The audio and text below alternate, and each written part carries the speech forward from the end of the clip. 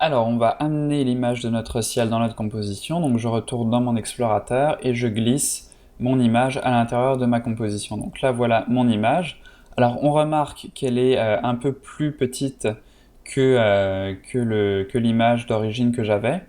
Donc, on va remédier à cela. Donc là, j'appuie sur Entrée pour valider l'import de l'image. Vous voyez que par défaut, ça l'importe en objet dynamique. Donc nous, on va pixeliser cette image. Donc je fais un clic droit et je clique sur pixeliser le calque.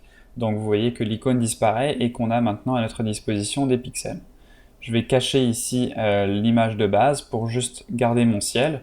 Et on va s'occuper ici des bordures pour les étendre et pouvoir garder donc l'image de base sans avoir à l'étirer. Donc on pourrait tout simplement ici l'agrandir, mais je veux garder mes pixels par défaut. Je ne veux pas faire d'interpolation, donc je ne veux pas l'agrandir et donc on va être obligé ici de rajouter des pixels.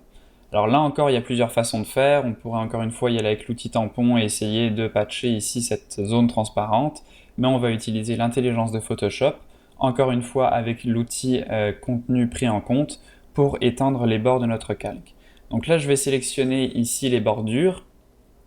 Donc assez grossièrement, là encore, je fais deux rectangles de sélection de chaque côté et je m'assure de bien prendre une partie de l'image ici pour que Photoshop puisse vraiment aller remplir cette partie avec un petit blend entre les deux. Donc pour ne pas avoir quelque chose de très précis ici, je prends un peu de pixels dans l'image pour que Photoshop fasse le travail à ma place et mélange un peu des deux images.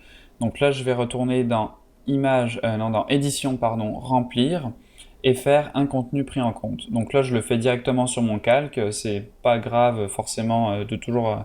On peut des fois travailler en fait destructif. C'est pas une obligation de travailler en mode non destructif. Si on est content du résultat et qu'on sait qu'on ne va pas y retourner, eh bien on peut le travailler directement comme ça sur notre calque. Donc là, je vais remplir avec le contenu pris en compte. J'appuie sur OK et on va voir ce que Photoshop fait.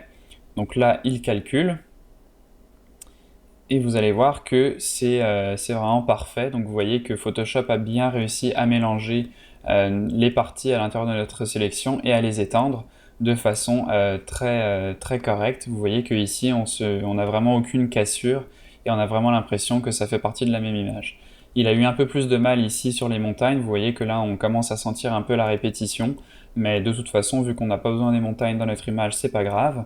Et vous voyez qu'ici, il a vraiment réussi à garder le dégradé dans notre ciel et à étendre les formes, donc c'est vraiment parfait. Donc c'est vraiment mieux que ce que j'aurais pu faire en passant beaucoup de temps avec l'outil tampon ou un autre outil. Donc vraiment, je vous conseille le plus souvent d'utiliser cet outil de contenu pris en compte qui fait vraiment des merveilles. Donc maintenant qu'on a notre ciel, on va le placer en dessous de notre pile de calque ici, donc de notre image de base retouchée. Et je vais appeler ce calque ici ciel, donc je double-clique sur le nom du calque pour le renommer. Et on va déplacer notre image de ciel ici en arrière-plan. Donc on va la placer comme ça par exemple, et là vous voyez que le problème qu'on a vu tout à l'heure, donc à savoir cette petite bande ici, se retrouve de plus en plus visible puisqu'on a vraiment des pixels assez clairs derrière, et donc on voit vraiment bien cette bande ici. Donc vous inquiétez pas, on va s'en occuper tout à l'heure. Pour l'instant on va la laisser comme ça et on va s'occuper de la retouche colorimétrique pour ajuster ces deux images les unes par rapport aux autres.